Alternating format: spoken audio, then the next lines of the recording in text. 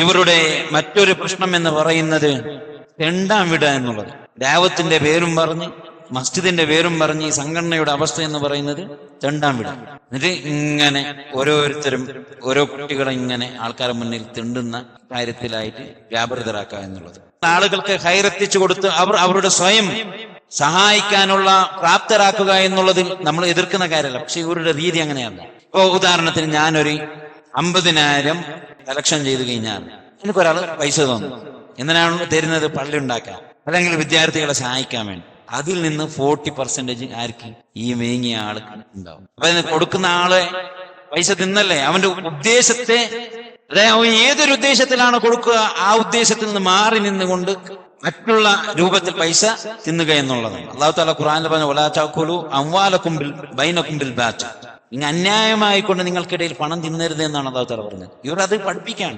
Collection നീ നീ കൊണ്ട് നമ്മ ജാമ്യ ഹിന്ദിന്റെ സ്ഥലം വാങ്ങാൻ വേണ്ടി കളക്ഷൻ ഉണ്ടാക്കിയപ്പോ ഇവിടെ 30% ആരെയും ഈ കളക്ഷൻ ഉണ്ടാക്കുന്നത് 30%. 1 ലക്ഷം കളക്ഷൻ ആയി കഴിഞ്ഞാൽ 30,000 രൂപ പോക്കറ്റില്. സുബ്ഹാനല്ലാഹ്. നമുക്ക് അറിയില്ല ആ സമയം ഇങ്ങനൊക്കെ ചെയ്യാൻ പറ്റും. ഉസ്താദ്മാരല്ല പറയാം.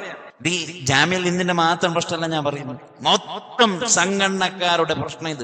അത് ജമിയത്തെ ആലാദീതാണ്. എന്തിനാ ഇത്ര ഉഷാറായിട്ട് എല്ലാ റമദാനിനും ആളുകൾ വരിക?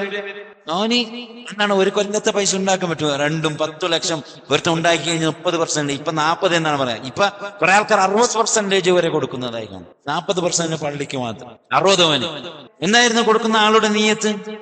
പള്ളി ഉണ്ടാക്കാം. അവൻ നല്ല നീയത്തിൽ കൊടുക്കുന്നവൻ ഇപ്പൊ ആവും. അപ്പൊ എന്താ അന്യായമായി പണം തിന്നുകയല്ല ചെയ്യേണ്ടത്. അത്ര ദീനോട് സ്നേഹം ഉണ്ടെങ്കിൽ അവൻ സ്വയം പോയിട്ട് എന്താണ് ആളുകൾക്ക് ഹൈർ അറിയിച്ചു കൊടുക്കട്ടെ. അതിന് എന്തിനാ തിന്നണം? ഒന്നും വേണ്ടേ? ചോദിക്കുന്ന ആൾക്ക് പ്രതിഫലം വേണ്ടേ?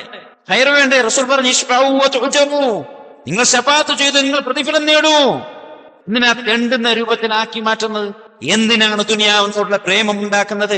പക്ഷെ നാട്ടുകാരുടെ ബാധ്യത ആ നാട്ടിലുള്ള ദീനിയായ സ്ഥാപനങ്ങളെ കൊണ്ടു നടത്തുക എന്നുള്ളത്. സ്വർഗ്ഗയുടെയും മഹത്വങ്ങൾ നമ്മൾ പഠിപ്പിച്ചു കൊടുക്കണം. കിണർ കൊയ്ക്കുന്നതിന്റെ മഹത്വങ്ങൾ പഠിപ്പിച്ചു കൊടുക്കണം. ദീനിനെ സഹായിക്കുന്നതിന്റെ മഹത്വങ്ങൾ പഠിപ്പിച്ചു കൊടുക്കണം. അങ്ങനെയാണ് തർബിയത്ത് ചെയ്യേണ്ടത്. റസൂൽ സല്ലല്ലാഹു അലൈഹി വസല്ലം അങ്ങനെയാണ് തർബിയത്ത് ചെയ്തിട്ടുള്ളത്. റസൂൽ അങ്ങനെയാണ് പഠിപ്പിച്ചിട്ടുള്ളത്. റസൂലിന്റെ മാർഗം അങ്ങനെയാണ്.